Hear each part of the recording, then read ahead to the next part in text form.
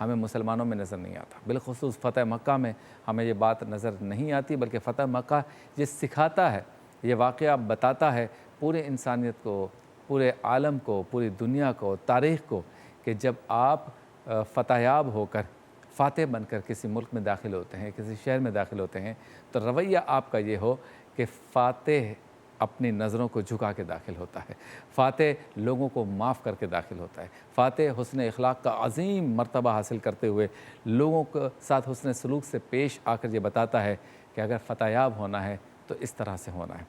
اس واقعے نے ہمیں یہ بھی سبق دیا کہ چاہے آپ دوسرے مذہب کے ہوں اور جہاں آپ داخل ہو رہے ہیں وہاں دوسرے مذہب یا دیگر مذاہب کے رہنے والے ہوں، لیکن موقع دیا جاتا ہے کہ آپ اسلام کو قبول کر لیں یا ہمارے مذہب کو قبول کر لیں، ہمارے دین کو مان لیں جو کہ سچا دین ہے۔ اس واقعے میں سرکار دو عالم صلی اللہ علیہ وسلم نے مکہ شریف میں داخل ہوتے ہی ان سب کو معاف کر دیا جنہوں نے آپ کے اصحاب کے گھر جلائے، ان کے اہل خانہ پر ظلم و ستم کے بازار گرم کیا۔ خود سرکار دو عالم صلی اللہ علیہ وسلم پہ جو ظلم و ستم کیا، جو تکالیف پہنچائی، سرکار نے سب کو معاف کیا اور ایمان لانے کی شرط پر محبت کی بات کی، اور ایمان نہ لانے کی شرط پر بھی یہ فرمایا کہ کسی بزرگ کو، کسی بچے کو، کسی خاتون کو کوئی نقصان نہیں پہنچایا جائے گا۔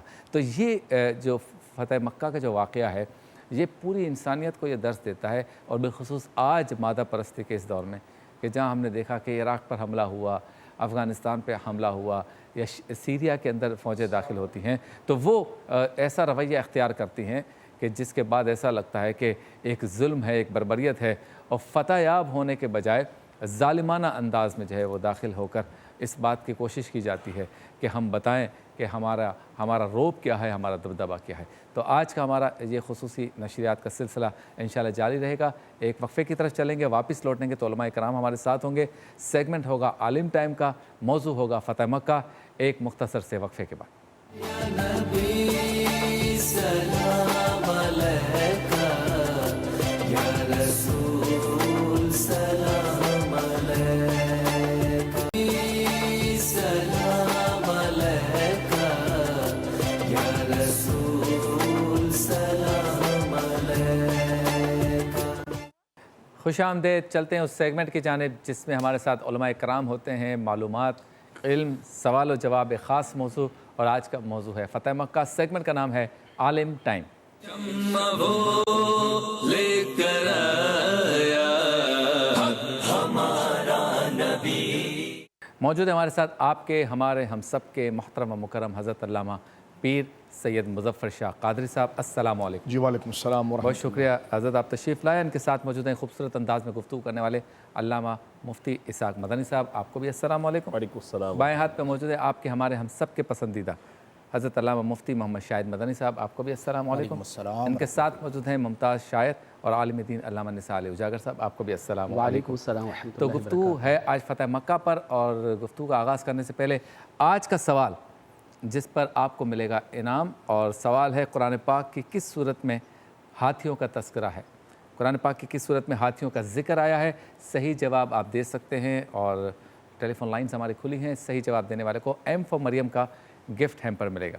اچھا جی شاہ صاحب، پہلے تو ہم چلتے ہیں کیا وجوہات تھیں، اس پر ہم نے غزوہ بدر میں بھی تذکرہ کیا تھا، تو غزوہ بدر کے بعد کے واقعات اگر آپ بتائیں کہ فتح مکہ تک کیسے پہنچا معاملہ، اس کے بعد فتح مکہ کی دیگر چیزوں پہ گفتگو کریں۔ بسم اللہ الرحمن الرحیم، رب اشرح لی صدری ویسر لی امری واحلل عقدۃ من لسانی یفقہوا قولی۔ فتح مکہ فتح انسانیت کا دن ہے، اور جور و جبر و ظلم و غرور و نخوت و حسد و بد اخلاقی کی پامالی کا دن ہے، انسانیت کے عروج کا دن ہے، اور گرتی ہوئی انسانیت کو صراط مستقیم پر گامزن ہونے کا دن ہے۔ واہ، تاریخ انسانیت میں اس سے بڑا کوئی دن نہیں جس دن کو فتح مکہ کہا جاتا ہے۔ صحیح۔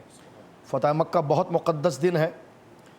فتح مکہ یوں تو 20 رمضان المبارک سن 8 ہجری کو روپذیر ہوا۔ سرکار کریم علیہ السلام 10 رمضان المبارک سن 8 ہجری بروز بدھ کو مدینہ منورہ سے مکہ مکرمہ کی طرف روانہ ہوئے۔ لیکن اس کا پس منظر اختصار کے ساتھ اگر یہ عرض کریں، آپ کو پتہ ہے کہ کافروں نے مسلمانوں کے لیے مکے کا داخلہ بند کر دیا تھا، اور میں اور آپ اگر حرم کعبہ دیکھ آئیں تو بار بار دل چاہتا ہے کہ ساری پونجی جمع کر کے پھر خدا کا گھر دیکھ آئیں۔ صحیح۔ تو صحابہ کرام رضوان اللہ اجمعین جو معرفت الہیہ کے سب سے بڑے عارف ہیں اور پھر وہ ان کا وطن بھی اور علاقہ بھی ہے، تو ان کے دل کے اندر یہ امید تھی کہ کوئی ایسی حالات بنے کہ ہم مکہ مکرمہ جائیں اور کعبہ شریف کی زیارت کریں، زمزم کو پئیں۔ اسی دوران سرکار کریم علیہ الصلوۃ والسلام نے خواب دیکھا کہ میں اپنے صحابہ کے ساتھ عمرے پر جا رہا ہوں، اور سرکار علیہ الصلوۃ والسلام سن 6 ہجری میں عمرے پر روانہ ہوئے، اور وہاں پر عمرہ تو کرنے نہ دیا گیا لیکن حدیبیہ کے مقام پر ایک معاہدہ طے ہو گیا دونوں کے درمیان، جس کو صلح حدیبیہ کہا جاتا ہے، اور اس میں یہ بات طے کر دی گئی تھی کہ 10 سال باہم مشرکین اور مسلمان جنگ نہیں کریں گے، اور اس میں یہ طے کر دیا گیا تھا کہ جو لوگ اپنے مرضی سے مسلمان ہو رہے ہیں ان کو روکا نہیں جائے گا، جو لوگ مکہ سے مدینے کی طرف چلے جائیں گے ان کو واپس کرنا پڑے گا، اور جو مدینے سے مکہ کی طرف آئیں گے ان کو واپس نہیں کیا جائے گا، وغیرہ کئی شقیں اس کے اندر تھیں۔ ابھی صرف 22 مہینے گزرے تھے کہ شعبان المعظم کے مہینے کے اندر کفار و مشرکین نے اس عہد کی بدعہدی کی اور اس معاہدے کو توڑا، اس معنی میں کہ مسلمانوں کا وہ حلیف قبیلہ بنو خزاعہ، اس کے 18 بندوں کو خانہ کعبہ کے اندر مار دیا اور لوگوں کو بھی قتل کیا۔ وہ لوگ وہاں سے بھاگے اور سرکار کریم علیہ الصلوۃ والسلام کی طرف پہنچنے کی کوشش کر رہے تھے کہ یا رسول اللہ صلی اللہ علیہ وسلم، انہوں نے ہمارے ساتھ یہ ظلم کیا جبکہ آپ نے تو معاہدہ کر لیا تھا کہ سب کی جانیں امن میں رہیں گی۔ سرکار کریم علیہ الصلوۃ والسلام تک پہنچنے والے تھے لیکن کافر ان کا پیچھا کر رہے تھے، اور وہ نبی پاک صلی اللہ علیہ وسلم تک اگر تیز سواری دوڑا کر بھی پہنچے تو ان کو 3 دن لگ سکتا تھا، اتنے وہ حضور سے دور تھے۔ ہماری ماں سیدہ میمونہ کہتی ہیں کہ سرکار رات کے وقت میرے گھر آرام فرما رہے تھے، اور سرکار اپنی جگہ سے اٹھ کر جہاں وضو فرماتے تھے وہاں گئے، اور ایک جانب حضور علیہ الصلوۃ والسلام نے چہرہ کر کے فرمایا لبیک لبیک لبیک نصرتا نصرتا نصرتا، گھبرانا نہیں میں حاضر ہوں، گھبرانا نہیں میں ہوں، گھبرانا نہیں میں ہوں، اور تمہاری مدد کی جائے گی، تمہاری مدد کی جائے گی، تمہاری مدد کی جائے گی۔ طبرانی معجم الصغیر کے اندر یہ روایت موجود ہے اور سیرت کی ساری کتابوں میں ہے۔ میری ماں سیدہ میمونہ نے پوچھا یا رسول اللہ آپ کس کو پکار رہے تھے؟ فرمایا کہ آج رات کو جو ہے مشرکین مکہ نے جو حدیبیہ کا صلح نامہ تھا اس کی مخالفت کی اور عہد بدعہدی کرتے ہوئے کئی لوگوں کو قتل کر دیا ہے، اور ان کا راجز فلاں جنگل سے مجھے پکار رہا ہے۔ سیدہ میمونہ کہتے کہ 3 دن نہیں گزرے تھے کہ سرکار علیہ الصلوۃ والسلام مسجد نبوی شریف میں فجر کی نماز پڑھا کر فارغ نہیں ہوئے کہ وہ قافلہ آ گیا، اور وہ دروازے کے اوپر بڑے گریہ کرنے لگا، رونے لگا، اور جو ان پر قیامت ٹوٹی تھی اس کو بیان کیا۔ ہر صحابی کی آنکھ اشبار ہو گئی، اور سرکار علیہ الصلوۃ والسلام سے کہا گیا کہ حضور آپ کچھ ایسا کریں، لیکن سرکار دو عالم صلی اللہ علیہ وسلم امن چاہتے تھے، اس لیے حضور نے اس معاہدے کے اندر بھی کچھ شقیں ایسی تھی جو جانبداری کی تھی اور مسلمانوں کے خلاف تھی، لیکن حضور نے پھر بھی قبول کیا امن کے لیے۔ لیکن اب بھی حضور امن چاہتے تھے۔ سرکار کریم علیہ الصلوۃ والسلام نے ان کو تسلی دی، فرمایا تمہارے ساتھ انصاف ہوگا، بٹھا دیا، ایک قاصد کو بلایا اور فوراً مکہ جاؤ اور مشرکین مکہ سے کہو کہ یہ جو تم نے حرکت کی ہے پہلے اقدام یہ کرو کہ جو بنو خزاعہ کے لوگ مارے گئے ان کو دیت دو۔ اس سے بڑی کیا انصاف کی بات ہو بھائی، جو مارے گئے ہیں ان کو دیت دو، جتنے اونٹ بنتے ہیں یہی فیصلہ ہوگا، آپ نے مارا ہے نا، قتل کیا تو دیت دو۔ ایک اگر دیت نہیں دیتے تو بنو بکر، کیونکہ بڑا قبیلہ تھا، سرکار نے ان سے پوچھا اس میں کون شریک تھے، انہوں نے کہا بنو بکر۔ سرکار نے کہا بنو بکر تو بہت بڑا قبیلہ ہے، کہا ان کی شاخ ہے بنو نفاسہ، تو سرکار نے شق لکھوائی کہ بنو نفاسہ کے ساتھ اپنا عہد توڑو، اس لیے کہ اس نے تمہاری اس عہد کے پیچھے شب خون مارا ہے، اور یہ اتنا بڑا جو ایگریمنٹ ہوا اس کی خلاف ورزی کی، یہ بات بھی عقل میں آتی ہے۔ اور تیسری بات ہے کہ اگر یہ 2 چیزیں تم نہیں مانتے تو پھر تم اپنی زبان سے اعلان کرو کہ ہم نے حدیبیہ کا جو معاہدہ تھا وہ ختم کر دیا، ہم نہیں کہیں گے، تم خود کہو۔ لیکن اس سے پہلے 2 جو آپشن ہیں وہ اتنے ایزی تھے، اگر وہ معاہدہ نبھانا چاہتے۔ وہ جب قاصد وہاں پر پہنچا تو انہوں نے بڑے اپنے اسمبلی کے اندر اپنے ندوے میں بات کی، انہوں نے کہا دیکھو ہمارے پاس اتنا پیسہ تو ہے نہیں کہ ہم اتنی بڑی دیت دیں، یعنی نخرے کی۔ ایک رہا بنو نفاسہ کو تو وہ کعبے کی بڑی تعظیم کرتے ہیں، خدمت کرتے ہیں، ان کے خلاف بھی ہم نہیں جائیں گے۔ رہا عہد توڑنے کا تو جاؤ ہم اعلان کرتے ہیں ہم نے عہد توڑ دیا۔ ان کو پھر اس صحابی نے کہا کہ دیکھو سن لو کیا کہہ رہے ہو، کہنے کا توڑ دیا، کہا کیا کہہ رہے ہو، کہا توڑ دیا، کہا بس ٹھیک۔ یہ بات حضور علیہ الصلوۃ والسلام تک پہنچ گئی، یہ اقدام حضور کے لیے امن کا تھا۔ لیکن یہاں پر ایک بات ہے کہ کافروں میں اتنی جرت کیسے پیدا ہو گئی تھی۔ میری ماں سیدہ عائشہ نے حضور سے پوچھا کہ حضور ان کو اتنی جرت کیسے آ گئی کہ یہ ہمارا معاہدہ توڑ سکے؟ تو سرکار نے فرمایا یہ جو موتا غزوہ موتا میں جو ہمارے جرنیل شہید ہوئے ہیں نا، حضرت جعفر طیار، مولا مرتضیٰ کے بھائی، حضرت عبداللہ بن رواحہ، حضرت زید بن حارثہ، ان کی شہادت کی وجہ سے یہ سمجھ رہے ہیں کہ مسلمانوں کی کمر ٹوٹ گئی ہے اور مسلمان کمزور ہو گئے اور ہم جس طرح چاہیں ان کو ڈیل کریں گے۔ لیکن سرکار نے فوراً اسی وقت مشاورت بلائی، صحابہ کرام سے مشاورت کی اور 10,000 کا لشکر تیار ہوا اور سرکار علیہ الصلوۃ والسلام پھر مکہ مکرمہ کی طرف روانہ ہوئے۔ لیکن وہ جانا تھا، ایک شور غوغا وہاں مچ گیا کہ ہم نے تو بڑا غلط فیصلہ کر دیا، ابو سفیان کو پھر صلح کے لیے بھیجا۔ لیکن جو آپ نے پس منظر پوچھا ہے وہ پس منظر یہ نکلا کہ انہوں نے عہد کو توڑا تھا.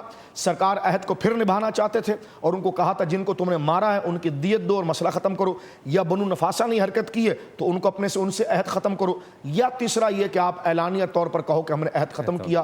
لیکن مشرکین مکہ نے مکمل دھاندلی اور دہشت گردی اور بربریت کی. انہوں نے کہا جاؤ جو کرنا ہے کر لو, ہم نے عہد کو ختم کر دیا ہے. جب حضور علیہ السلام نے 10,000 کا لشکر دیکھا تو ان کی ٹانگیں کانپ رہی تھی کہ یہ بندے آ رہے ہیں کہ یا کوئی طوفان آ رہا ہے. اللہ. اچھا مفتی شاہد صاحب یہ بتائیں, ذکر کیا شاہ صاحب نے صلح حدیبیہ کا, اور یہ ایک اہم واقعہ اس یعنی فتح مکہ کے واقعے میں یہ ایک اہم پیش رفت ہے, یعنی اس کے پیچھے سب کچھ کھڑا ہے, اس صلح حدیبیہ کے پیچھے.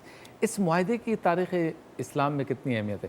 جیسے ہم دیکھتے ہیں کہ ہجرت مکۃ المکرمہ سے مدینہ المنورہ ایک اہم واقعہ ہے, دوسرا صلح حدیبیہ, تیسرا فتح مکہ, یہ 3 اسٹیپس ہے. صلح حدیبیہ کے بارے میں ذرا بتائیں اور اس سے سبق کیا ملتا ہے؟ بسم اللہ الرحمن الرحیم. هو القادر هو الحق هو المعین. قبلہ شاہ صاحب نے بڑی تفصیل سے اس بات کو ذکر فرمایا. پہلی بات یہ ہے کہ قرآن میں فتح مکہ کی جو فتح مبین ہے اس حوالے سے سورت کا نام ہے سورۃ الفتح, اور اس کی پہلی آیہ مبارکہ میں اللہ نے فرمایا انا فتحنا لک فتحا مبینا, کہ بے شک ہم نے آپ کو فتح مبین عطا فرمائی, واضح اور ظاہر فتح عطا فرمائی. اگر ہم فتح مکہ کو دیکھیں تو اس میں ایک تو صلح حدیبیہ کا قبلہ نے ذکر فرمایا, دوسرا بیعت رضوان جو حضرت عثمان غنی رضی اللہ عنہ والا واقعہ ہوا, اور تیسرا نبی کریم صلی اللہ علیہ وسلم کا فاتح مکہ بن کر مکہ میں داخل ہونا. اب اگر آپ صلح حدیبیہ کی شقوں کو پڑھیں تو اس میں کچھ ایسی شقیں ہیں جو دیکھا جائے تو ظاہری طور پر برابری پر نہیں ہیں. یعنی مثال کے طور پر آپ کا اور میرا اگر معاہدہ ہو رہا ہے تو وہ برابری کے ساتھ ہوگا, اس میں زیادتی کی بات لکھی بھی جائے گی تو اس کو رد کر دیا جائے گا کہ جب معاہدہ کر رہے ہیں تو دونوں کی باتیں رکھی جائیں. اب اس میں ایک شق یہ رکھی گئی کہ اگر کوئی مکہ سے ہجرت کر کے مدینے آ کر پناہ لیتا ہے, اسلام قبول کرتا ہے, تو اسے لازم ہوگا کہ آپ واپسی کریں, اور اگر مدینے سے کوئی شخص اسلام کو چھوڑ کر مکہ میں آ جاتا ہے تو ہم واپس نہیں کریں گے. اب یہ ظاہری طور پر کتنی اختلافی بات ہے. یہ معاہدہ ہونا چاہیے تھا کہ بھئی ہمارا آ جائے تو آپ واپس کریں گے, آپ کا بندہ آ جائے گا تو ہم واپس کریں گے. اس طرح کی 2-4 باتیں ہوئیں. اب یہاں پر ایک بات میں سمجھانا چاہتا ہوں کہ دیکھیں جو فتح اللہ دیتا ہے نا وہ فتح مبین ہوتی ہے, اور اصل فتح ہوتی ہی وہ ہے. اور جب آپ کسی شخص کو اپنا امیر اور قائد مان لیتے ہیں اور وہ کسی چیز پر معاہدہ کرتا ہے تو آپ کے کارکن ہونے کے ناطے یا ماتحت ہونے کے ناطے آپ پر لازم ہوتا ہے کہ آپ اس کی بات کو ایکسیپٹ کریں. اب مثال کے طور پر جب یہ معاہدہ صلح حدیبیہ ہوا تو اس میں صحابہ کرام رضی اللہ تعالی عنہم میں جذبات تھے. اس کی وجہ ہے کہ واضح نظر آ رہا تھا کہ یہ بات بھی مانی جا رہی ہے, اور پھر سب سے بڑھ کر بات یہ کہ اس بار آپ مکے نہیں آئیں گے. اب ایک شخص سفر کر کے نکلا, مکے جانا ہے, زیارت خانہ کعبہ کرنی ہے, قریب پہنچ چکے ہیں اور یہیں سے واپس جائیں, اور اگلے سال آئیں گے تو آپ کو اجازت دی جائے گی. تو اب واپس جانا یہ کتنا مشکل امر ہے کہ ہم جدہ جائیں اور جدہ سے ہمیں واپس لوٹایا جائے, تو جو لوٹے گا اس کی کیفیت وہی جانتا ہے. اب صحابہ کرام رضی اللہ تعالی عنہم کے یہ جذبات تھے, لیکن چونکہ فیصلہ نبی کریم فرما رہے تھے اور جو چیز نگاہ نبوت دیکھ رہی تھی وہ ظاہرا نظر نہیں آ رہی تھی. نگاہ نبوت صلح حدیبیہ میں فتح مکہ کو دیکھ رہی تھی, کیا بات, اور آپ کے ملحوظ نگاہ وہ سارے معاملات تھے. تو نبی کریم صلی اللہ علیہ وسلم نے فیصلہ فرمایا. ایک بات یہ سمجھ میں آئی کہ کبھی ایسا ہو کہ آپ کو قائد کی کوئی وقتی بات سمجھ میں نہیں آ رہی تو آپ کو غیر ضروری طور پہ جذباتی نہیں ہونا. ہمارے ہاں یہ بہت زیادہ ہوتا ہے. اس کی وجہ کیا ہے کہ آپ جہاں جس زاویہ نگاہ سے آپ دیکھ رہے ہوتے ہیں وہ ایک چھوٹا زاویہ ہے, اور جس زاویہ نگاہ سے آپ کا جو مرجع ہے, آپ کا جو قائد ہے, آپ کا جو امیر ہے وہ دیکھ رہا ہوتا ہے, یا جس کرسی پر وہ بیٹھا ہوا ہوتا ہے اس کے ساتھ کیا معاملات ہیں وہ جانتا ہے. بعض اوقات آپ کو ہلکی سی سبکی نظر آ رہی ہوتی ہے, لیکن وہ سبکی بھی مستقبل میں ایک بڑی ترقی اور ایک بڑی کامیابی کا ذریعہ بنتی ہے, جس کی واضح مثال جو ہے وہ صلح حدیبیہ ہے. اور یہی معاملہ ہوا کہ صلح حدیبیہ ہو گیا, بیعت رضوان ہو گئی, نبی کریم صلی اللہ علیہ وسلم واپس تشریف لے آئے, اور پھر اس کے بعد اللہ نے وہ شان عطا فرمائی کہ انا فتحنا لک فتحا مبینا. اور یہ تاریخ میں فتح مکہ, وہ مکہ کہ جہاں پر راستے میں کانٹے بچھائے گئے, سوشل بائیکاٹ کیا گیا, قتل کی سازشیں کی گئیں, وہ مکہ فتح ہو رہا ہے کس طرح؟ امن کے ساتھ. واہ واہ، یعنی فتح مکہ جو ہے وہ امن کے ساتھ ہو رہا ہے، اور نبی کریم علیہ افضل الصلاۃ و تسلیم کی عظمت و شان پر قربان کہ آپ کی مثل کوئی قائد اعظم ہو ہی نہیں سکتا کہ آپ فتح مکہ کر رہے ہیں جہاں سے آپ کا سوشل بائیکاٹ ہوا، نکالا گیا وغیرہ وغیرہ، لیکن عاجزی کا عالم کیا ہے کہ آپ اونٹ پر تشریف فرما ہیں تو آپ کا سینہ اقدس اس کے کوہان سے ٹچ ہو رہا ہے۔ اللہ اللہ، یہ ہے عاجزی کا عالم، اور اعلان یہ کیا جا رہا ہے کہ جو اپنے گھروں میں بند ہے اسے بھی امان ہے۔ واہ، جو ابو سفیان کے گھر میں پناہ لے لے، ابو سفیان رضی اللہ تعالیٰ عنہ نے ابتدائی جو زندگی تھی اسلام کو بڑا نقصان ہوا ظاہری اعتبار سے، ان کے گھر پہ جو پناہ لے لے اسے بھی امن دیا جا رہا ہے، جو خانہ کعبہ میں آ جائے اسے بھی امن دیا جا رہا ہے۔ اور ایک تاریخی جملہ تمام لوگوں کے لیے کہ دیکھیں جو بڑا آدمی ہوتا ہے نا اس کا ضبط بھی بڑا ہوتا ہے، صحیح، اس کا پیمانہ اتنے جلدی لبریز نہیں ہوتا، وہ اتنے جلدی صبر کے دامن کو نہیں چھوڑتا، اور اس کے پیش نظر جو مقصد ہوتا ہے وہ اپنی ذات نہیں ہوتی، امت ہوتی ہے۔ تو نبی کریم نے جو تاریخی جملہ دیا وہ یہ تھا کہ لا تثریب علیکم اليوم وَأَنْتُمُ الطُّلَقَاء، لا تثریبہ، وہ سمجھ رہے تھے ہم نے اتنے ظلم کیا اب ہم سے پتہ نہیں کیا کیا بدلہ لیا جائے گا۔ سرور دو عالم نے اعلان فرمایا کہ لا تثریب علیکم اليوم، آج کے دن تم پر کوئی زبردستی نہیں، تمہیں زبردستی مسلمان بھی نہیں بنایا جائے گا۔ واہ واہ واہ، اس سے بڑھ کر بات کیا ہوگی کہ طاقت ہمارے پاس 10,000 کا لشکر ہے، سب چیزیں ہیں، لیکن تمہیں زبردستی مسلمان بھی نہیں بنایا جا رہا۔ لا تثریب علیکم اليوم، تم پر کوئی زور زبردستی نہیں، اور تم سمجھ رہے ہو کہ تم نے فلاں کو قتل کیا تھا، فلاں نے یہ سازش کی تھی تو اس سے بدلہ لیا جائے گا، کسی سے کوئی بدلہ نہیں ہے۔ وَأَنْتُمُ الطُّلَقَاء، تم سب کو آزاد کیا جاتا ہے۔ یہ وہ اخلاق تھے کہ جسے دیکھ کر پھر اکثریت اہل مکہ اور قریش مکہ نے اسلام کو قبول کر لیا۔ سبحان اللہ۔ آپ سے ملاقات ہوتی ہے مختصر سے وقفے۔ یا نبی سلام علیکہ، یا رسول سلام علیکہ۔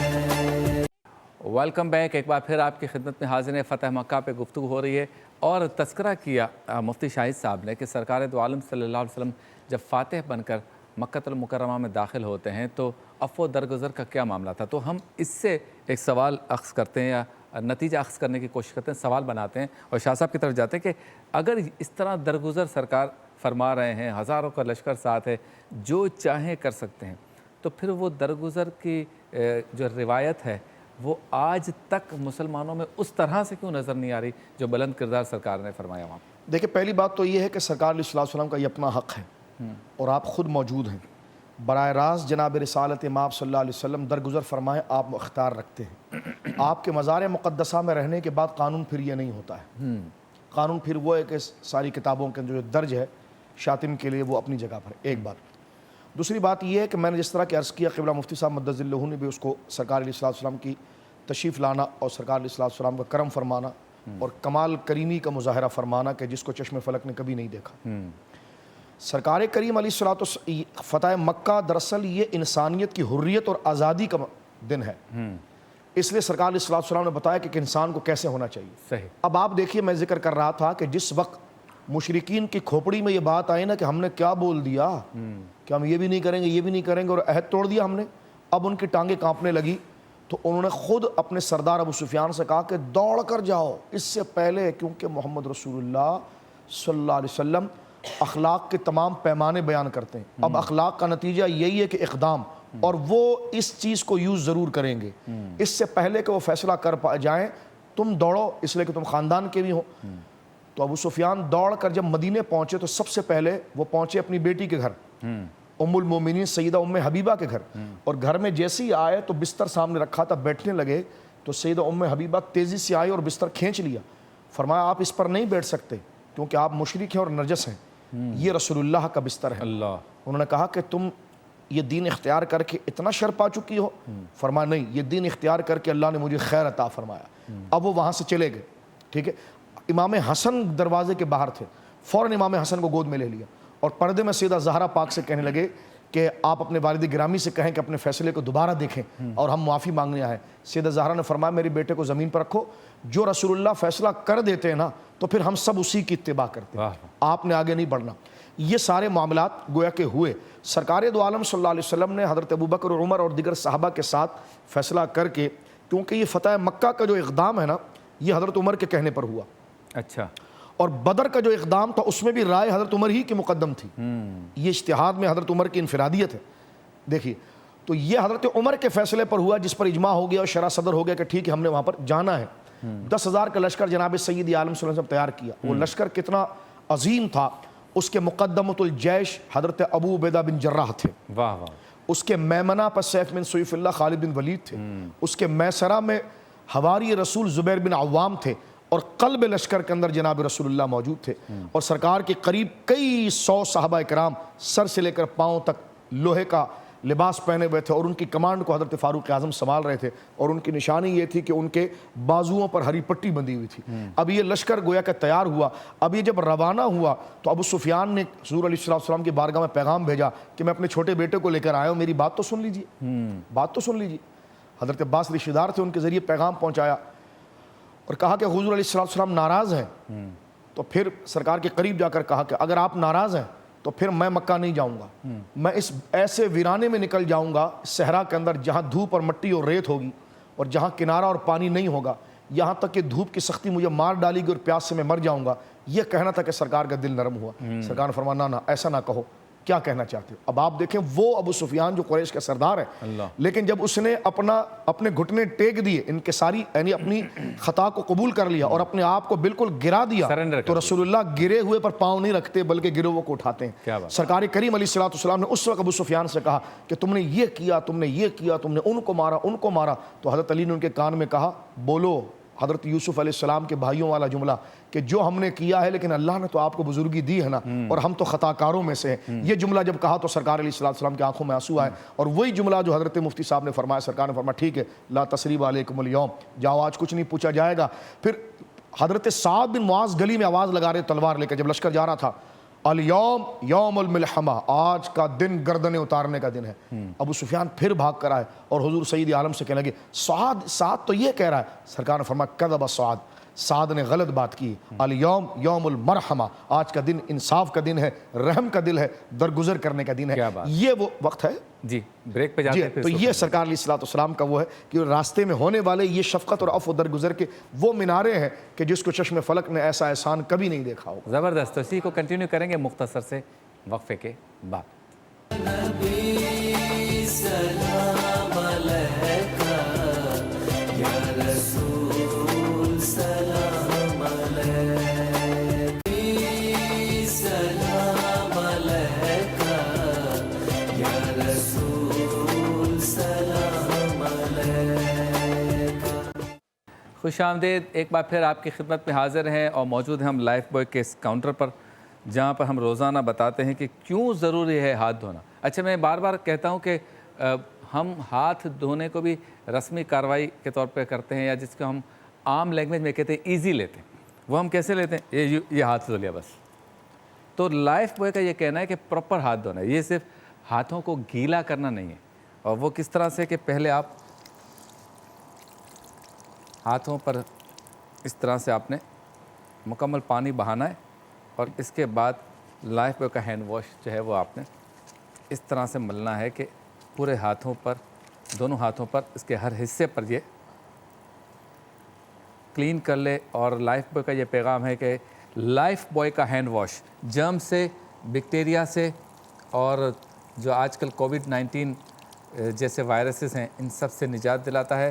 99.9% ان کا یہ دعویٰ ہے کہ 99.9% یہ ان تمام جرمز اور بیکٹیریا کو ختم کرتا ہے. تو بچوں کو بھی کہیں, خود بھی دن میں بار بار ہاتھ دھوئیں. انشاءاللہ تعالیٰ جو طبی ماہرین کا جو مشورہ ہے اس کے مطابق ہم کرونا وائرس سے بھی نجات حاصل کر سکتے ہیں. اور جب ہم جائیں کچن میں یا کھانے پینے کی چیزوں کو ہاتھ لگائیں تو ضرور ہاتھوں کو دھوئیں اور لائف بوائے کے ہینڈ واش سے دھوئیں, ان کا سینیٹائزر بھی استعمال کریں. تو ہم جا رہے ہیں اس سیگمنٹ کی جانب جو ہوتا ہی کچن میں ہے اور جس میں واقعی ہمیں ہاتھ لگانے ہوتے ہیں یا ہمارا ہاتھ ٹچ ہوتا ہے کھانے پینے کی چیزوں سے. سیگمنٹ کا نام ہے مزیدار سحری. تو عطا ہی عطا, تو کجا من کجا. السلام علیکم شیف اقبال صاحب, کیسے ہیں آپ, خیریت سے ہیں؟ وعلیکم السلام شبیر بھائی, ٹھیک طبیعت ٹھیک ہے آپ کی؟ جی جی. اچھا بھائی, آج تھوڑی سی گستاخی ہو گئی ہے. اور گستاخی یہ ہوئی ہے کہ جب میں انٹرو دے رہا تھا تو آپ کی جو ڈش میرے سامنے آئی وہ مجھے بولنے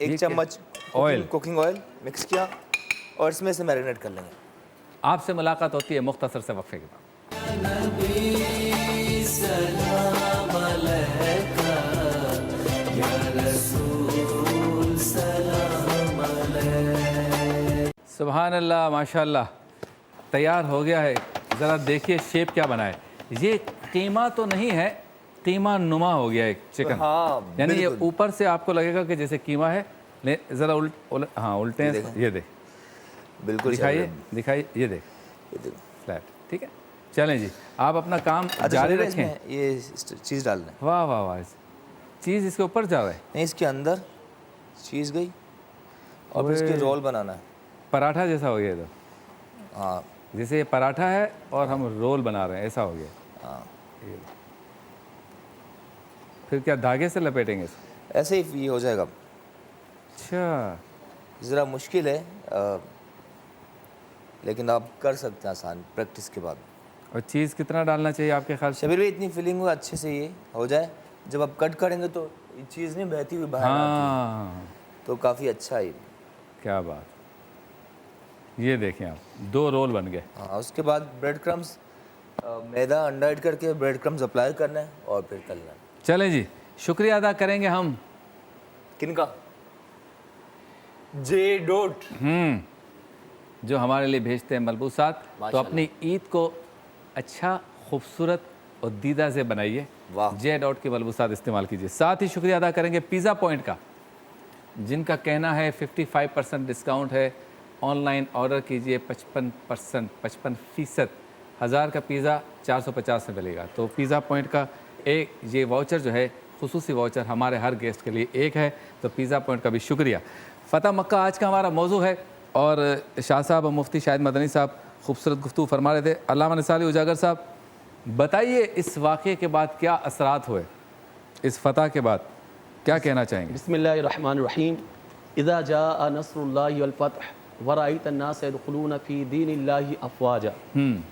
سب سے بڑا فائدہ تو یہ ہے کہ آپ دیکھیں یہ جو فتح مبین ملی ہے اور کہا جاتا ہے کہ محبت فاتح عالم, محبت ہی پورے عالم کو جو ہے وہ جیتا کرتی ہے.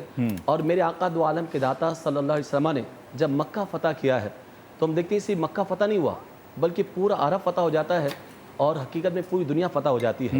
اسی کے بعد وہ اثرات ظاہر ہوتے ہیں کہ پوری دنیا میں بڑی تیزی کے ساتھ لوگ مسلمان ہونا شروع ہو جاتے ہیں اور فوج در فوج, جی ہاں, بڑے بڑے قبائل, بڑے بڑے گاؤں, ہر جگہ کے لوگ حضور کے قدموں میں آتے ہیں اور کلمہ پڑھ کر مسلمان ہو جاتے ہیں. کیا میرے حضور نے صنعتیں قائم کی ہیں؟ کیا میرے حضور نے شہر آباد کیے ہیں؟ ارے نہیں, آپ نے تو دلوں کو آباد کیا ہے. اور دل کیا آباد ہو گئے؟ سارا جہان آباد ہو گیا. جب مکہ فتح ہوتا ہے تو اس کے اثرات دور رس پہنچتے ہیں, بہت دور تک. آپ دیکھیں کہ یہاں پر محبت کا عالم کیا ہے. آج لوگ کہتے ہیں کہ جنگوں کے ذریعے, تلواروں کے ذریعے اسلام کو پھیلایا گیا. آپ دیکھیں کہ جانوروں پر کتنا رحم ہے. جب میرے آقا دو عالم کے داتا صلی اللہ علیہ وسلم ایک گھاٹی سے قریب آ رہے تھے مکے کے قریب, تو دیکھا ایک کتیا نے بچے دیے میں ہیں. تو دیکھا اس کے 2-3 بچے ہیں اور اتنا بڑا لشکر ہے مسلمانوں کا, تو کہیں بچے پامال نہ ہو جائیں.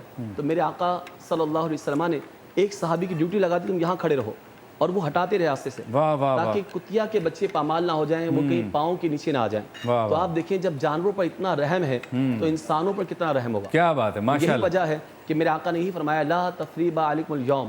جس طرح یوسف علیہ السلام نے نعرہ لگایا تھا, اپنے بھائیوں کو معاف کر دیا تھا, تو میرے آقا نے اپنے قریشی بھائیوں کو معاف کر دیا ہے اور بتا دیا ہے کہ اصل فاتح کون ہوتا ہے, اصل حکمران کون ہوتا ہے. اچھا مفتی صاحب, پھر یہ جو کہا جاتا ہے اسلام دہشت گردی اور جنگوں سے, مارا ماری سے, قتل و غارت گری سے پھیلا, اس رویے کی, اس فکر کی نفی ہوتی ہے؟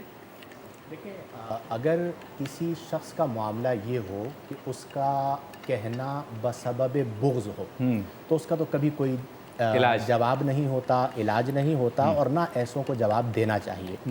مشرقی مستشرقین جتنے بھی رائٹرز ہیں ان میں سے جنہوں نے بھی مزاج اعتدال کے ساتھ سیرت مصطفیٰ کو پڑھا تو انہوں نے اسلام کو قبول کیا واہ واہ۔ اور اس بات کو ایکسیپٹ کیا کہ نبی کریم علیہ افضل الصلاۃ والتسلیم سے بڑی شخصیت اس کائنات میں نہیں آئی۔ واہ واہ۔ ابھی قبلہ شاہ صاحب نے ایک بہت خوبصورت بات کہی، میں اسے مزید زور دے کر کہنا چاہوں گا کہ فتح مکہ پر اگر جنگ ہو جاتی تو جو فوائد ہوئے وہ قطعاً حاصل نہ ہوتے۔ یہ بہت اہم بات ہے کہ جو فتح یعنی آج اگر لڑائی ہو جاتی، جی ہاں، آج اسلام جو ہم تک پہنچا وہ نبی کریم علیہ افضل الصلاۃ والتسلیم کے اس اعلیٰ اخلاق کی وجہ سے پہنچا کہ جس میں دشمنوں نے اخلاق سے متاثر ہو کر اسلام قبول کیا۔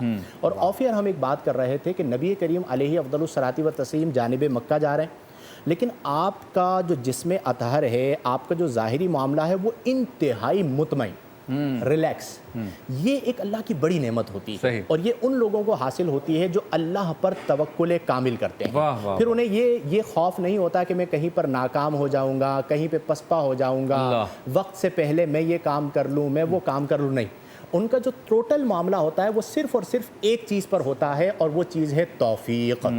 جس کا یقین توفیق پر آ گیا، میں نے اس بات کا بڑا مشاہدہ بھی کیا، مجھے تجربہ بھی حاصل ہے کہ اس میں اضطراب پھر نہیں آتا، وہ پھر سدا بہار ہو جاتا ہے۔ وہ اگر دکھ میں بھی آتا ہے تو وہ اس نظریے سے نہیں دیکھتا کہ اس دکھ کی وجہ سے میرے جسم کو تکلیف ہو رہی ہے، وہ اپنی زبان حال سے یہ کہتا ہے کہ جے سونا میرے دکھ وچ راضی، سکھنو میں چلے پاواں۔ اسی لیے جہاں پر صبر مشکل ہوتا ہے وہاں پر توفیق کا نظریہ رکھنے والا شخص جو ہے وہ شاکر ہوتا ہے، یعنی صبر والے اور عقل والے پریشان ہوتے ہیں کہ اس مشکل وقت میں تو صبر مشکل ہے، اور یہ اللہ کا ایسا بندہ ہے کہ جو اس صبر کے موقع پر شکر ادا کر رہا ہے۔ جہاں پر صبر کرنا مشکل ہے وہ یہ کہہ رہا ہے کہ مولا تیرا شکر ہے۔ اس کی وجہ کیا ہے کہ اس کے ملحوظ نگاہ صرف ایک چیز ہوتی ہے کہ جو بھی کام ہے، جو بھی معاملہ ہے، وہ صرف اور صرف توفیق سے ہے، اور جسے اس پر یقین ہو جائے تو اسے جلد بازی نہیں ہوتی۔ کیوں؟ کہ وہ یہ جانتا ہے کہ اگر توفیق نہیں ہوگی میں جتنی مرضی کوشش کر لوں کام نہیں ہوگا، اور اگر توفیق ہوگی میں کوشش نہیں بھی کروں گا وہ کام ہو جائے گا۔ بہت خوب، ماشاءاللہ۔ انڈے میں آپ نے نمک ڈالا تھا، کیا ڈالا تھا؟ شبیر بھائی انڈے میں میدا ایڈ کیا، میدا، ہاں دیکھیے ذرا، اور اس طرح اس کے اندر ڈپ کیا، اور وہ چکن جس کے اندر چیز ہے بالکل۔ اس کے بعد یہ بریڈ کرمز اس طرح اچھے سے کوٹنگ کرنی تاکہ یہ ایبزارب کر لے۔ اس کے بعد یہ آئل کی نظر، اس کے بعد آئل کے حوالے، لیکن اچھے سے اس طرح کیجیے گا تاکہ یہ یہاں اس کی بائنڈنگ رچ بس جائے۔ اچھا، ہاں ایگزیکٹلی، کیونکہ اس کی کچھ ہم باندھ نہیں رہے، کچھ نہیں کر رہے، ایسے ایسے ہی ہم فرائی کریں گے انشاءاللہ۔ کیا بات ہے، تو بریک پہ جائیں، واپس آئیں گے تو اس کی فرائی ہو رہی ہوگی یا ہو چکی ہوگی، یہ دیکھیے۔ آپ سے ملاقات ہوتی ہے مختصر سے وقفے کے بعد۔ سلام علیکہ یا رسول سلام علیکہ۔ ویلکم بیک، ایک بار پھر آپ کی خدمت میں حاضر ہیں، اور مزیدار سحری میں جو ڈش تیار ہو رہی ہے اس کا نام ہے چکن کارڈن بلو، اور ساتھ ساتھ گفتگو ہو رہی ہے فتح مکہ پہ۔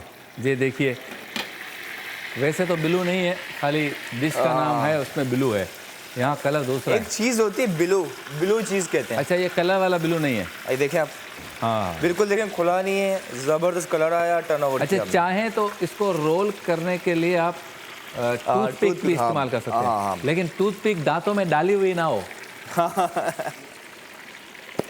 صحیح بات، ہاں بالکل شبیر بھائی، بتانا ضروری ہے بھائی۔ اچھا شبیر بھائی، جو آپ کہہ رہے تھے نا گراوٹ کا، تو اتنا چولہا رکھنا ہے کہ یہ فرائی بھی ہو جائے اور اندر تک میٹ بالکل ٹینڈر گل جائے، سافٹ ہو جائے، تو وہ بھی لازمی ہے ایٹ دی سیم ٹائم۔ تو اس کے لیے چولہا بہت زیادہ گرم نہیں رکھنا، نارمل پین کے اندر اسے آپ نے فرائی ہونے دینا ہے۔ اور یہ آپ نے ابھی جو ڈش بناتے وقت یہ والی جو بات کی ہے، یہ اس ڈش میں ہے کام کی بات، اور دوسری، اور اب ہم جو جا رہے ہیں جس سیگمنٹ کی طرف، اس سیگمنٹ میں بھی روزانہ ہوتی ہے کوئی نہ کوئی کام کی بات، اسی لیے اس سیگمنٹ کا نام ہے کام کی بات۔ سے 100 لاکھ کو کافی ہے اشارہ تیرا۔ کام کی بات میں آج جو کام کی بات ہے وہ یہ ہے راستوں سے تکلیفوں کو یا رکاوٹوں کو دور کرنا۔ اور ابھی میں نے زیورچ کی بات کی نا، تو یورپ کے کچھ لوگوں کا مزاج آپ کو بتاؤں گا، باقی ان میں خرابیاں ہوں گی، لیکن اس طرح کی چھوٹی چھوٹی چیزوں کا وہ بھی خیال رکھتے ہیں۔ تو ہم تو مسلمان ہیں، کیسے خیال رکھنا ہے اور کیوں رکھنا ہے، ہم پہ ذمہ داری کیوں ہے اور یہ سجتا اور جچتا بھی ہمیں ہے کہ ہم راستوں سے تکلیفوں کو اور رکاوٹوں کو دور کریں۔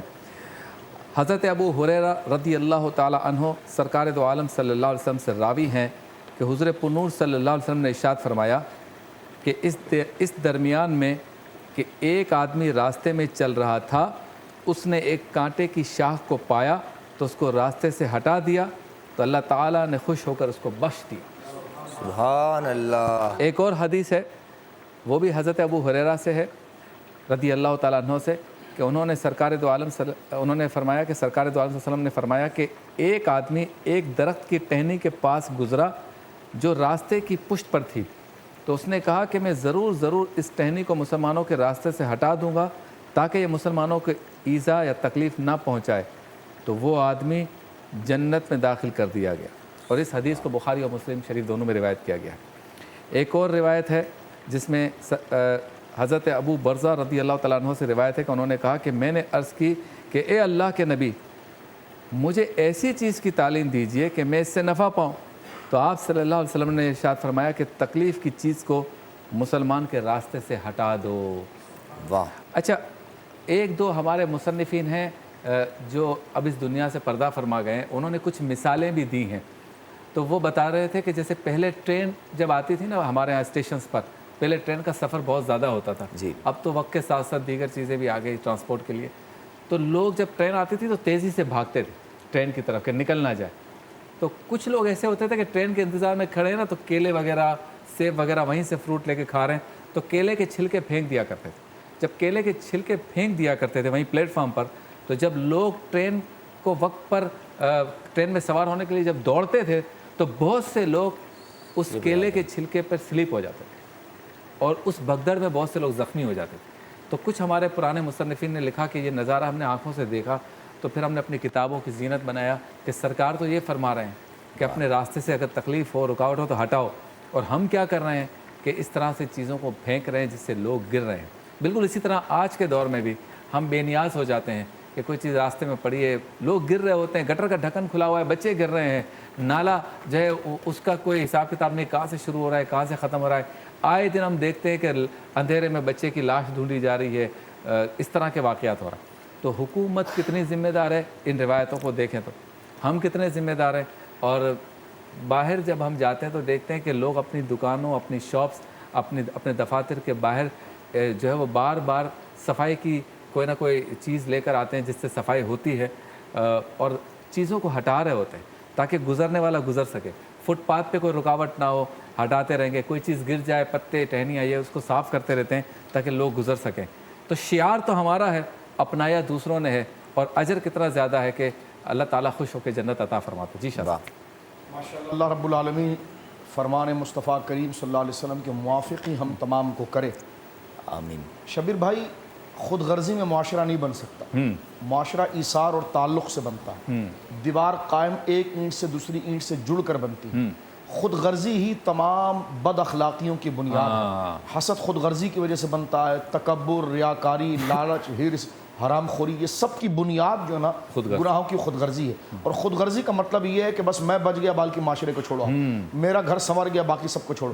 اسلام اس سے بالکل اگینسٹ درس دیتا ہے اور یہ بتاتا ہے کہ تمہارا معاشرہ بچے گا تو تم بچو گے، اور تم رب کی بارگاہ میں خوشنودی اس وقت حاصل کرو گے کہ جب باہر والوں کا خیال تم زیادہ رکھو گے۔ اب آپ دیکھیں، ہم دور دور جا کے صدقات کرتے ہیں، کرنا چاہیے، ہم غریبوں کو کھانا کھلاتے ہیں، بالکل کہلانا چاہیے، ہم اور بہت سے احسن کام کرتے ہیں، لیکن ہمارے گھر کے نیچے کچرا پڑا ہوا ہوتا ہے، 500 روپے 100 روپے دے کر ہم اس کو صاف کرا کر کتنا بڑا اجر کما سکتے ہیں۔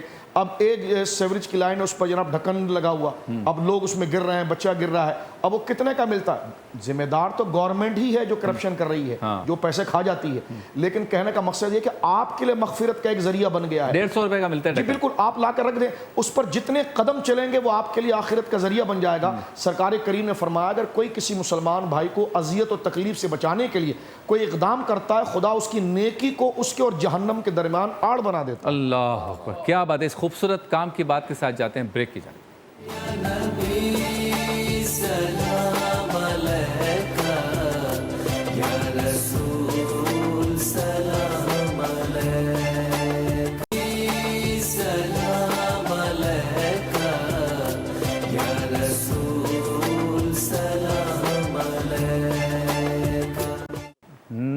رحمان عشق رمضان ٹرانسمیشن آپ دیکھ رہے ہیں ٹی وی ون سے براہ راست. گاہے بگاہے نیوز ون اور وسیط پہ بھی آپ دیکھتے رہے ہیں اور دیکھ رہے ہیں. تو سارے ناظرین کو خوش آمدید. جے ڈاٹ کا شکریہ ملبوسات کے لیے, پیزا پوائنٹ کا شکریہ, لائف بوائے کا شکریہ, اور ہمارے شیف اقبال کا شکریہ جو مزیدار ڈش بناتے ہیں. کیونکہ اب ہمیں جانا ہے جلدی سے ورفانہ لگا ذکر کی جانب. حافظ غلام مصطفیٰ قادری وطن عزیز پاکستان کے بین الاقوامی شہرت یافتہ شناخہ موجود ہیں, ان سے کلام سنیں گے. اور ہمارے بہت ہی پیارے عبداللہ خلیل قادری صاحب بھی آ جائے ہیں جو جلد ہی رشتہ ازدواج میں منسلک بھی ہوں گے. سبحان اللہ. خصوصی دعا آپ لوگ فرمائیں ان کے لیے کہ اللہ تعالیٰ ان کی شادی خانہ آبادی کرے. کب شادی ہے, کیا کھلائیں گے, کرونا کی وجہ سے بڑی دعوت ہوگی چھوٹی ہوگی, یہ تو بعد میں پتہ چلے گا. چلیں جی یہاں دعوت بتائیں. جی چل رہے ہیں جیسے کہ آپ نے کہا جو ہے نا, حیات لے کے چلو چاہے کائنات, چلو تو زمانے کو ساتھ لے کے چلو. کارڈن بل ہو چکا ہے تیار. دیکھیں مفتی صاحب یہ وہی والا شعر ہے کیونکہ جو عزیز آباد کے در و دیوار پہ لکھا ہوا تھا, اور جس نے لکھوایا تھا نا وہ لندن میں پوچے لگا رہا ہے. شبیر بھائی یہ لیجنڈری پاکستان کے اسکالر. اچھا شبیر بھائی اس کو کاٹ لیں. کاٹے کاٹے محبت سے کاٹے. یہ اچھا دیکھیے جو بہت سے لوگ کہہ رہے ہیں گلا نکلا, آپ کو دکھاتے ہیں. ہاں یہ ٹیکنیک ذرا بتائیے. اب ذرا احتیاط لازمی ہے کیونکہ آپ نے یہ دیکھا ہوا سوئٹزرلینڈ میں, تو پھر اب تو چل نہیں سکتا. لک اچھا ہو گیا اس کا. پائے دکھائیے قریب سے اس کی کٹنگ. یہ گرم سے ٹھنڈا کر کے شبیر بھائی بالکل اور اچھا ہو جائے گا. واہ واہ واہ, بہت خوب. شیف اقبال جیو, جزاک اللہ. اب یہ ہو گیا کام. اچھا یہ دیکھیں اندر تک. واہ واہ واہ, یہ دیکھیں, رکھیں اس کو, ہے نا, دکھائیے دکھائیے دکھائیے دکھائیے. اور یہ اس کے اندر دیکھیں چیز. یہ واہ واہ واہ. پریزنٹیشن کریں گے اور ہم چلیں گے اس سیگمنٹ کی جانب جس میں سرکار دو عالم صلی اللہ علیہ وسلم کے حضور ہدیہ عقیدت پیش کیا جاتا ہے. ورفعنا لک ذکرک. یا خدا تجھ سے میری دعا ہے. حافظ غلام مصطفیٰ قادری صاحب کلام پیش کیجئے. سبحان اللہ. تمہارا نام مصیبت میں جب لیا ہوگا, تمہارا نام مصیبت میں جب لیا ہوگا, ہمارا بگڑا ہوا کام بن گیا ہوگا, ہمارا بگڑا ہوا کام بن گیا ہوگا. کوئی قریب ترازو کوئی لبے کوثر, کوئی قریب ترازو کوئی لبے کوثر, کوئی صراط پہ ان کو پکارتا ہوگا, کوئی صراط پہ ان کو پکارتا ہوگا. سبحان اللہ. سبحان اللہ.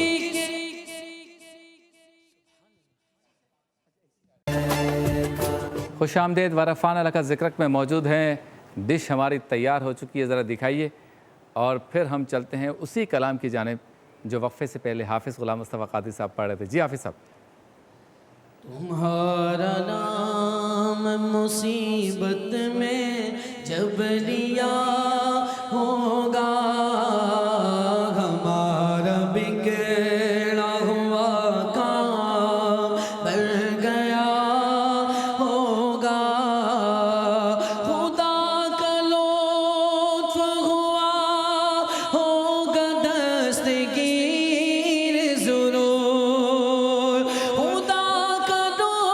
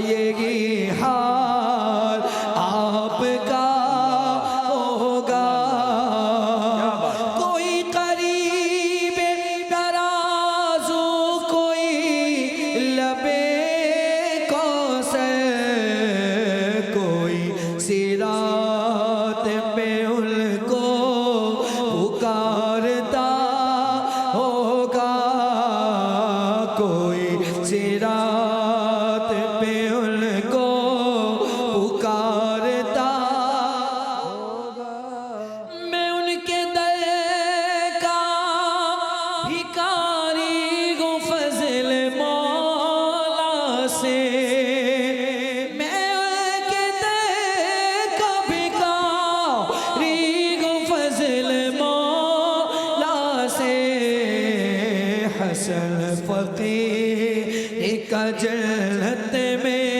بستر ہوگا کیا بات ہے، کیا بات ہے، سبحان اللہ۔ جی مفتی صاحب، اس کلام کے بارے میں کیا کہیں گے؟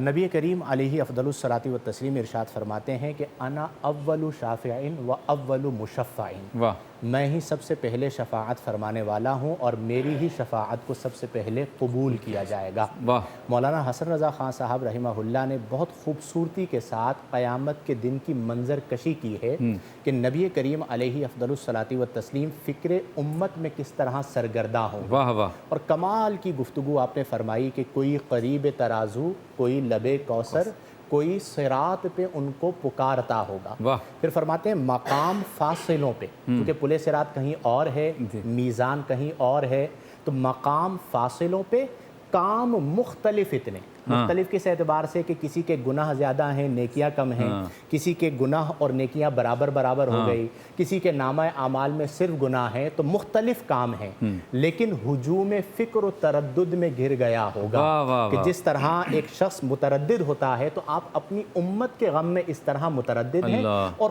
بہت خوبصورت مثال بیان فرمائی کہ عزیز بچے کو ماں جس طرح تلاش کرے، کبھی آپ نے بازار میں دیکھا ہو کہ ماں کا بچہ گم ہو جائے تو اسے شاپنگ بیگز کی فکر نہیں ہوتی، سامان کی فکر نہیں ہوتی، وہ بھاگ رہی ہوتی ہے اور ہر ایک سے پوچھ رہی ہوتی ہے کہ میرا بیٹا تھا، اس نے اس رنگ کے کپڑے پہنے تھے، کسی نے دیکھا؟ تو آپ مثال بیان کرتے ہیں کہ عزیز بچے کو ماں جس طرح تلاش کرے، خدا گواہ ہے یہی حال آپ کا ہوگا۔ اسی پر ہمیں الحمدللہ ناز ہے۔ سبحان اللہ، سبحان اللہ۔ عزیز بچے کو ماں جس طرح تلاش کرے، عزیز بچے کو ماں جس طرح تلاش کرے، خدا گواہ آئے گی حال آپ کا۔ لاہور اور اس کے مضافات میں انتہائی سیر کا وقت ہو گیا ہے۔ اہلیان لاہور اپنے 20ویں روزے کی سحری کریں گے، اور جاتے جاتے بتاتا چلوں آج کا سوال ہے قرآن پاک کی وہ کون سی صورت ہے جس میں ہاتھیوں کا تذکرہ ہے، اور صحیح جواب دینے والے کو ایم فار مریم کی جانب سے ملے گا گفٹ ہیمپر۔ آپ سے ملاقات ہوتی ہے مختصر سے وقفے کے بعد۔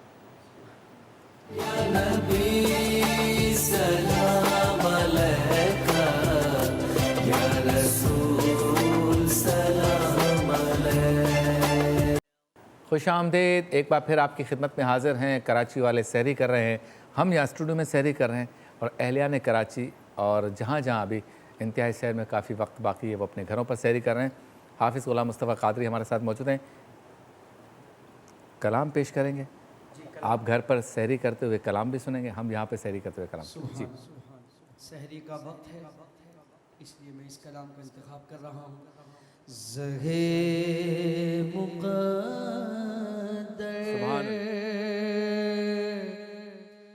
حضور حق سے سلام آیا، پیام آیا، جھکاؤ نظریں، بچھاؤ پلکیں، ادب کا آلہ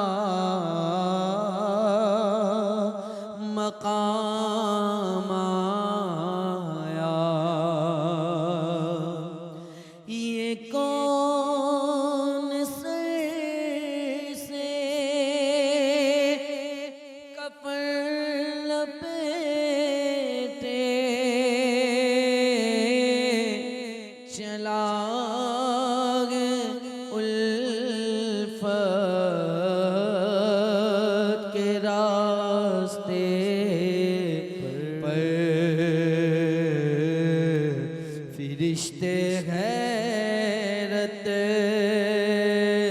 سے تک رہے ہیں یہ کون سی تیرا آیا یہ راہ حق ہے سنبھل کے چلنا یہاں کے منزل قدم قدم پر پہنچنا در پر تو کہنا آقا سلام لیجے غلام آیا فضا میں لبیک اللہم لبیک لبیک لا شریک لک لبیک ان الحمد والنعمت لک والملک لا شریک لک فضا میں لبیک کی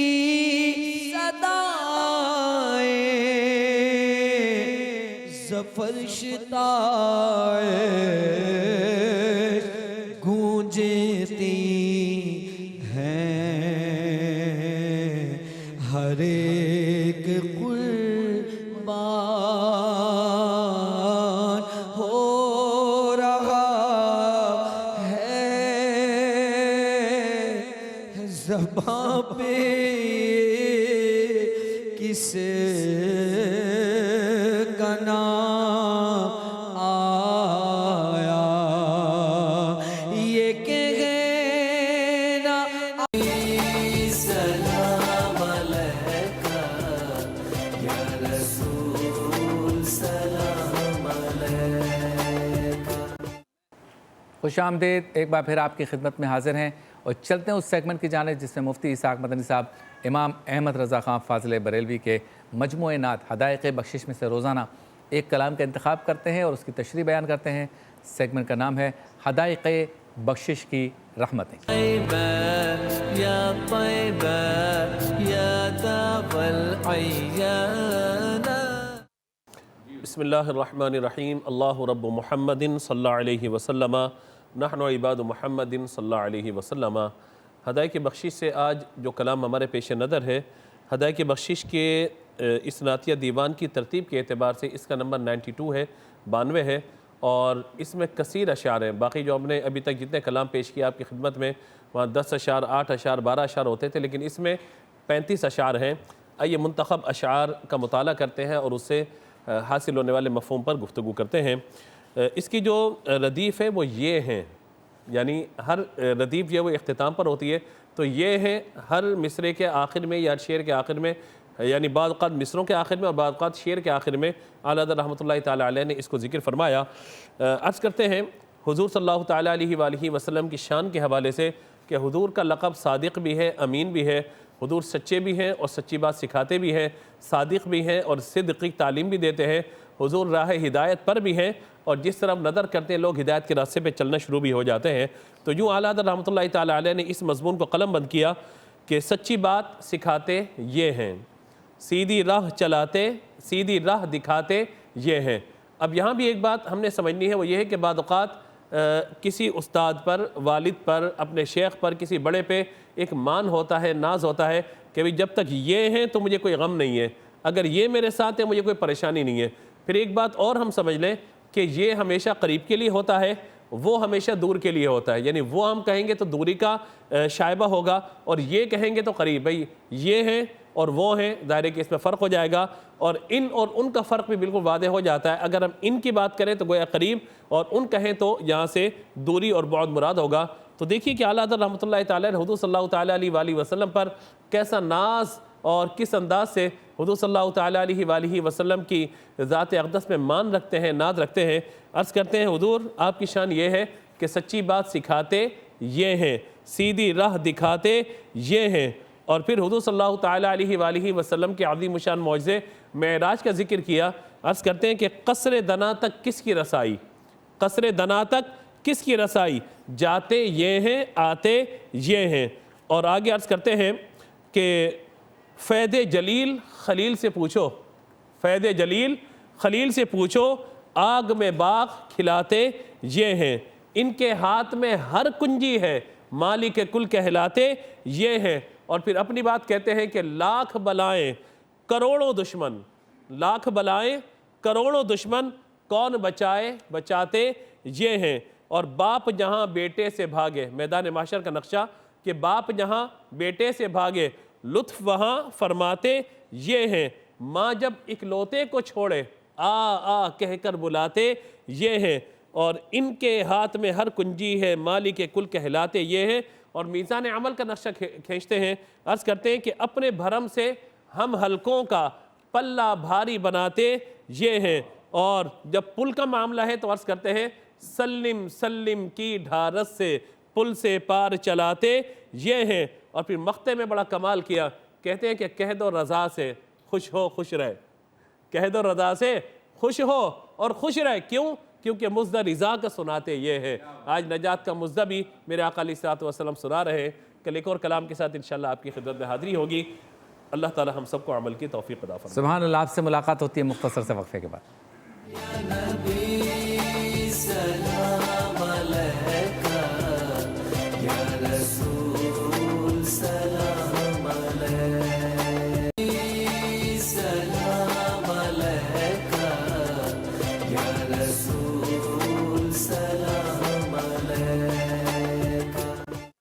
خوش آمدید۔ اب چلتے ہیں اس سیگمنٹ کی جانب جس میں روحانیت کی بات ہوتی ہے، روحانیت سے متعلق سوال ہوتے ہیں، وظائف ہوتے ہیں اور وظائف پوچھے جاتے ہیں، بتائے جاتے ہیں۔ مفتی محمد شاہد مدنی صاحب ہمارے ساتھ ہوتے ہیں۔ سیگمنٹ کا نام ہے روحانی گلدستہ۔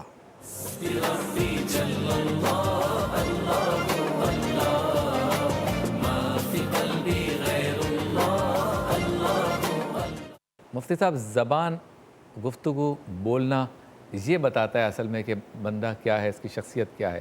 تو روحانیت میں یا روحانیت کی دنیا میں یا روحانیت کی فیلڈ میں زبان کی حفاظت پر کتنا زور دیا گیا؟ بسم اللہ الرحمن الرحیم۔ دیکھیں، صوفیہ کے پاس جب کوئی سالک آتا ہے تو جن امور پر صوفیہ کام فرماتے ہیں، اس کی تربیت کرتے ہیں، اس میں زبان کا غیر ضروری استعمال نہ کرنا اور زبان کا کم از کم استعمال کرنا، ان دو چیزوں پر کام ہوتا ہے۔ اس کی وجہ یہ ہے کہ زبان کا شر اعضائے جسمانی میں تمام اعضاء کے شر کے مقابلے میں زیادہ ہے۔ اچھا، اس کی وجہ یہ ہے کہ زبان کے شر میں سے سب سے بڑا شر ہے کلمہ کفر۔ اس کا تعلق زبان کے ساتھ ہے کہ کفریہ جملہ بولا تو آپ کے تمام اعمال برباد ہو گئے۔ اسی لیے صوفیہ کو آپ دیکھیں گے کہ وہ زیادہ نہیں بولتے۔ یہ اس بات کی علامت ہوتی ہے کہ وہ ضبط کے ساتھ بیٹھے ہیں، برداشت کر رہے ہیں اور ان کا ظرف بڑا ہے۔ اس کی وجہ یہ ہے کہ ایک تو نبی کریم علیہ افضل الصلاۃ والتسلیم کی حدیث مبارکہ ہے کہ بعض اوقات انسان اپنی زبان سے اللہ کی رضا کی کوئی ایسی بات کہتا ہے کہ اسے پتہ نہیں چلتا اور اللہ ہمیشہ کی رضامندی لکھ دیتا ہے، اور بعض اوقات انسان اپنی زبان سے اللہ کی ناراضگی کی کوئی ایسی بات کہتا ہے کہ اسے پتہ نہیں چلتا اور اللہ ہمیشہ کی ناراضگی لکھ دیتا ہے۔ دوسرا یہ ہے کہ جو چرب زبان ہوتے ہیں، یعنی ہر چیز میں انہیں شامل ہونا ہے، ہر چیز میں بات کرنی ہے، تو وہ غلطی بھی زیادہ کرتے ہیں۔ آپ کئی بار بول کر پشیمان ہوتے ہیں، نہ بول کر پشیمان نہیں ہوتے۔ تو اس کا مطلب یہ ہے کہ آپ کی جو عزت ہے وہ خاموشی اور سکوت میں رہتی ہے۔ اسی لیے کہا گیا کہ خاموشی عالم کا وقار اور جاہل کا پردہ ہے۔ تو اس لیے سب سے پہلی بات یہ ہے کہ جب بھی بولنا ہو تو پہلے یہ دیکھ لیں کہ میرے اس بولنے میں میرا یہ بولنا نافع ہے یا ضار ہے، یعنی نفع مند ہے یا نقصان دہ ہے۔ اگر نفع مند ہو تو بولیں، ورنہ خاموشی کو اختیار کریں۔ پھر اسی طرح جو زبان کی تاثیر ہے اسے اللہ نے چھپا دیا ہے خاموشی میں۔ جو بندہ جتنا کم بولتا ہوگا اللہ تعالیٰ نے اس کی زبان کی تاثیر کو اتنا بڑھا دیا ہے، چونکہ جو تاثیر ہے وہ الفاظ سے نہیں ہے، صحیح۔ تاثیر دل سے ہے۔ جس بندے کا باطن جتنا مضبوط ہوگا، جس کے اوراد و وظائف مضبوط ہوں گے، جو بندہ اہل اللہ کی صحبت میں بیٹھتا ہوگا اس کی زبان میں تاثیر اتنی زیادہ آ جائے گی۔ اسی لیے ہمارے اکابر اولیاء کو آپ دیکھیں کہ بعض بڑے مقررین ہوا کرتے تھے، کئی حوالے دیتے تھے، پبلک ہلتی بھی نہیں تھی، اور جب وہ خود آ کے تشریف فرما ہوتے حضور غوث اعظم رضی اللہ عنہ، آپ صرف اتنا کہتے الحمدللہ تو لوگ دھاڑے مار کر رونا شروع کر دیتے۔ اس کی وجہ کیا تھی کہ وہ جو تاثیر تھی وہ قلب سے اٹھ رہی تھی۔ آج ہماری زبانوں میں تاثیر اسی لیے ختم ہو گئی ہے کہ ہم اوراد و وظائف نہیں کرتے، زبان کا درست استعمال نہیں کرتے۔ ہمارے ایک استاد صاحب بڑی خوبصورت بات کہتے تھے، میں کلاس میں بھی کہتا تھا کہ کب، کہاں، کیا، کیسے کہنا ہے، جسے یہ آ گیا وہ وقت کا بادشاہ ہے۔ واہ واہ، وہ کبھی پریشان، کبھی پشیمان نہیں ہوگا۔ اسے پتہ ہے کہ مجھے کون سی بات کہنی ہے، کسے کہنی ہے، کیسے کہنی ہے اور کتنی کہنی ہے۔ بعض اوقات درست بات آپ غلط وقت میں کہتے ہیں تو حدیث میں اس سے منع کیا گیا ہے، کیونکہ جب آپ غلط وقت میں درست بات کہہ رہے ہوتے ہیں تو سامنے والا جری ہو کر اس کا انکار کر دیتا ہے۔ تو اس لیے کم بولیے، ستھرا بولیے، اچھا بولیے۔ زیادہ بولنا کمال نہیں، کم اور اچھا، اچھے طریقے سے بولنا یہ کمال ہے۔ تو انشاءاللہ اس کے بہت سارے فوائد نصیب ہوں گے۔ وظیفہ آج کا وظیفہ ایک دعا ہے جو نبی کریم صلی اللہ علیہ وسلم نے تعلیم فرمائی، اللہم انی اعوذ بکلمات اللہ التامات من شر ما خلق، کہ اے اللہ میں تیری پناہ میں آتا ہوں ان تمام کلمات کے ساتھ اس تمام مخلوق سے جو میرے لیے شر کا باعث بنے۔ یہ بہترین دعا ہے۔ دو طرح کے اس کے استعمالات ہیں۔ پہلا استعمال تو یہ کہ روزانہ رات سونے سے پہلے یہ دعا پڑھ لیں۔ ٹھیک ہے۔ اس کی برکت یہ ہے، میرا اپنا مجرب ہے، آپ کو نیند سکون کی آئے گی اور آپ کو ٹینشن کسی چیز کی نہیں ہوگی۔ یعنی آپ کہیں تنہائی میں، کہیں ویرانے میں بھی سو رہے ہوں گے تو آپ بالکل بے فکر ہو کر سو جائیں گے۔ اس دعا کی برکت سے کوئی درندہ، کوئی حشرات الارض یا کوئی شریر انسان آپ کو نقصان نہیں پہنچائے گا۔ دوسرا استعمال یہ ہے کہ یہ دعا پڑھیں، اللہم انی اعوذ بکلمات اللہ التامات من شر ما خلق 3 بار، اور بچوں پہ دم کر دیں۔ تو یہ بچے اس دم کی برکت سے بیماریوں سے، حادثات سے، نظر بد سے انشاءاللہ محفوظ رہیں۔ کیا بات ہے۔ تو چلتے ہیں بریک کی جانب۔ جاتے آتے سوال ہے، قرآن پاک کی وہ کون سی صورت ہے جس میں ہاتھیوں کا تذکرہ آیا ہے؟ صحیح جواب دینے والے کو ملے گا ایم فار مریم کا گفٹ ہیمپر۔ آپ سے ملاقات ہوتی ہے مختصر سے وقفے کے بعد۔